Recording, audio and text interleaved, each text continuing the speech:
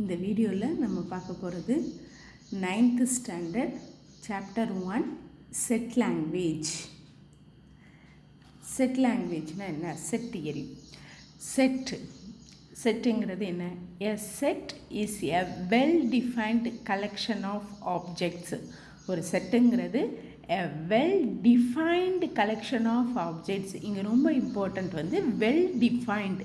அந்த collection of objects வந்து well defined, நன்கு வரையறுக்கப்பட்டிருக்க வேண்டும். வெல் டிஃபைன்னா நன்கு வரையறுக்கப்பட்ட கலெக்ஷன் ஆஃப் ஆப்ஜெக்ட்ஸ். அதுதான் a set. A set is a well defined. கரெக்டாக டிஃபைன் பண்ணியிருக்கணும். இப்போ ஃபார் எக்ஸாம்பிள் என்ன பார்க்கலாம்? The set of all student in a class. The set of all students in a class. ஒரு கிளாஸில் இருக்க எல்லா ஸ்டூடெண்ட்டையும் எடுத்துக்கிறது ஒரு செட்டு. ஏன்னா எல்லா ஸ்டூடெண்ட்டும் வந்துடுறாங்க அந்த செட்டுக்குள்ளே. அந்த கிளாஸில் இருக்க எல்லா ஸ்டூடெண்ட்டையும் நம்ம சொல்லிட்டோம். இப்போ the set of all good student in a class அப்படின்னா அந்த குட் ஸ்டூடெண்ட்டுக்கான டெஃபினிஷன் என்ன?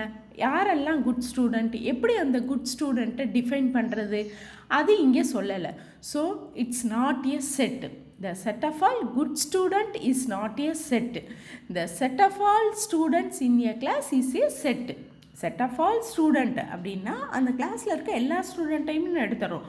அங்கே டிஃபைன் ஆயிடுச்சு. ஸ்டூடெண்ட் அப்படிங்கிறவங்க டிஃபைன் ஆகிட்டாங்க, மாணவர்கள்ங்க. ஆனால் the set of all good student அப்படின்னா அந்த குட் ஸ்டூடெண்ட்டை நம்ம டிஃபைன் பண்ணலை. குட் ஸ்டூடெண்ட்னா யார்?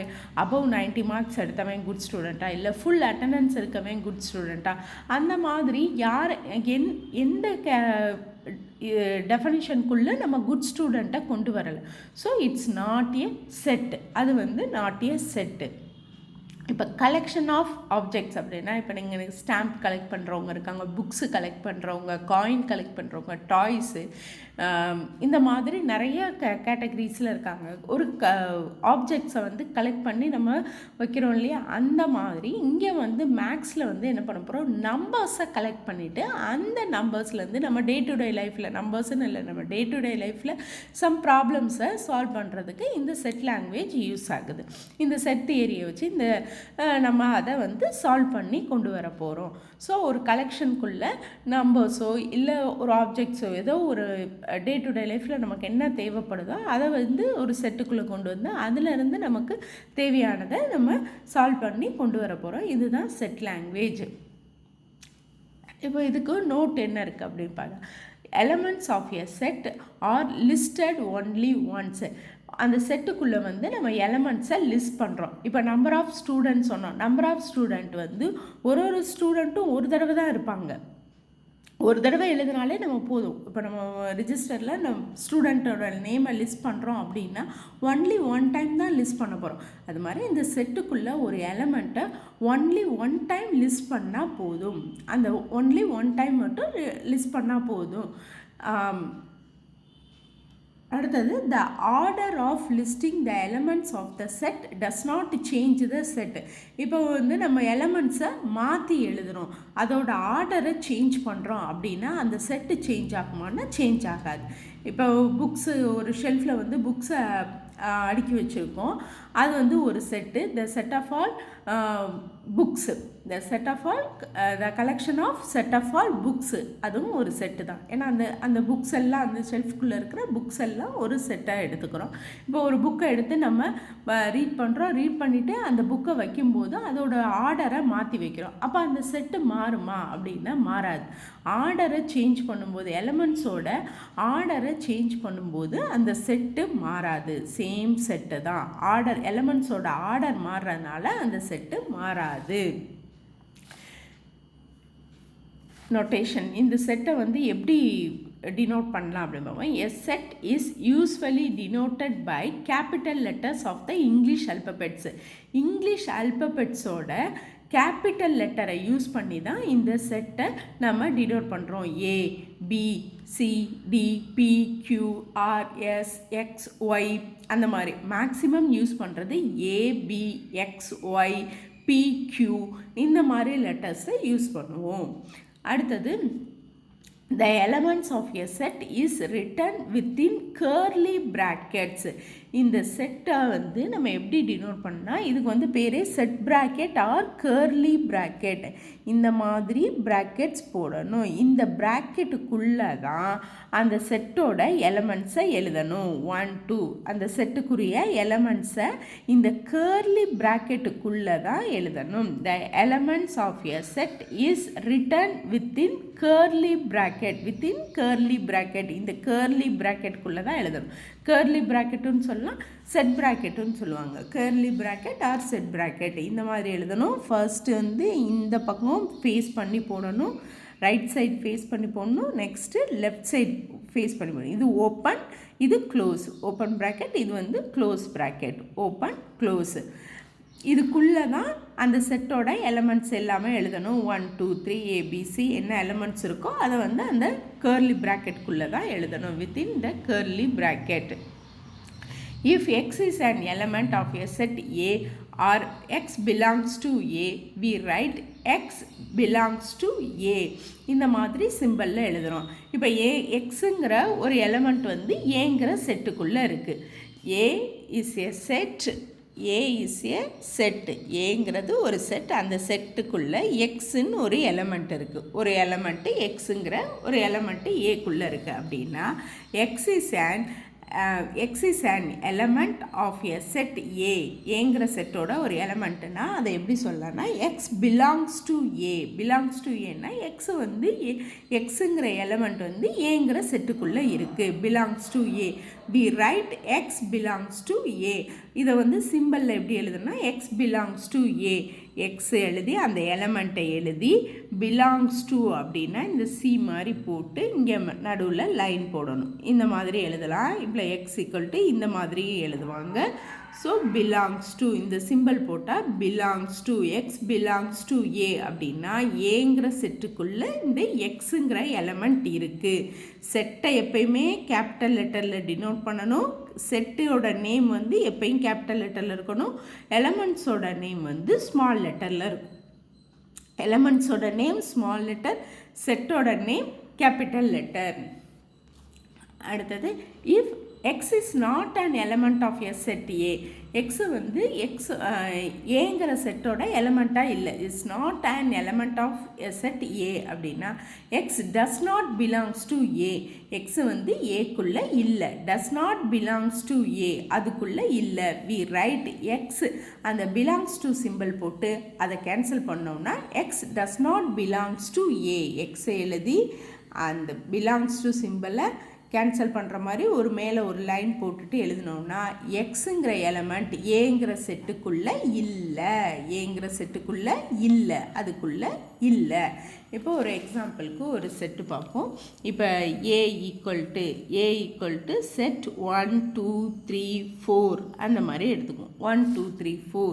இப்போ இந்த செட்டு என்ன அப்படின்னா natural numbers less than 5. Natural numbers வந்து 5 விட சின்னதாக இருக்கிற நேச்சுரல் நம்பர்ஸ், அதுதான் இந்த செட்டு. 5 விட சின்னதாக இருக்கிற நேச்சுரல் நம்பர்ஸ்னால் நமக்கு எதில் ஸ்டார்ட் ஆகும்? 1ல் ஸ்டார்ட் ஆகும். 0 இன்க்ளூட் ஆகாது.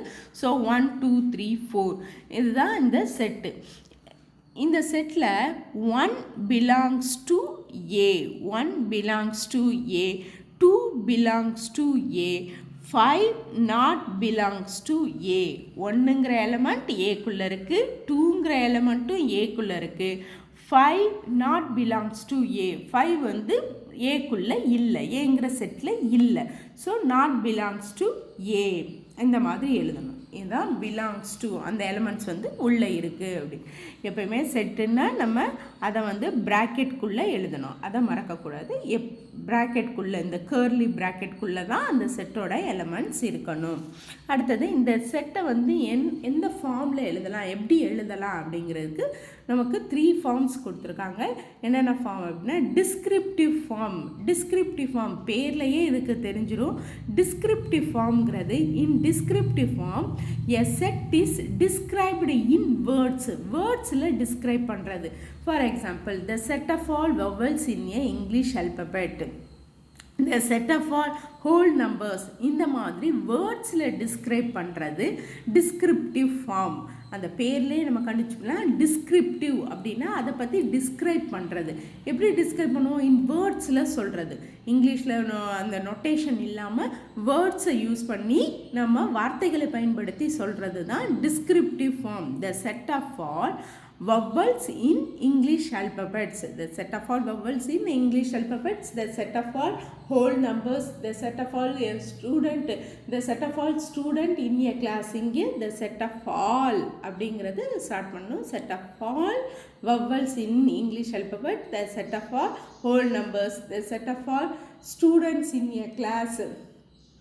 இந்த மாதிரி வேர்ட்ஸில் சொல்கிறது descriptive form. Next form the set builder form or rule form.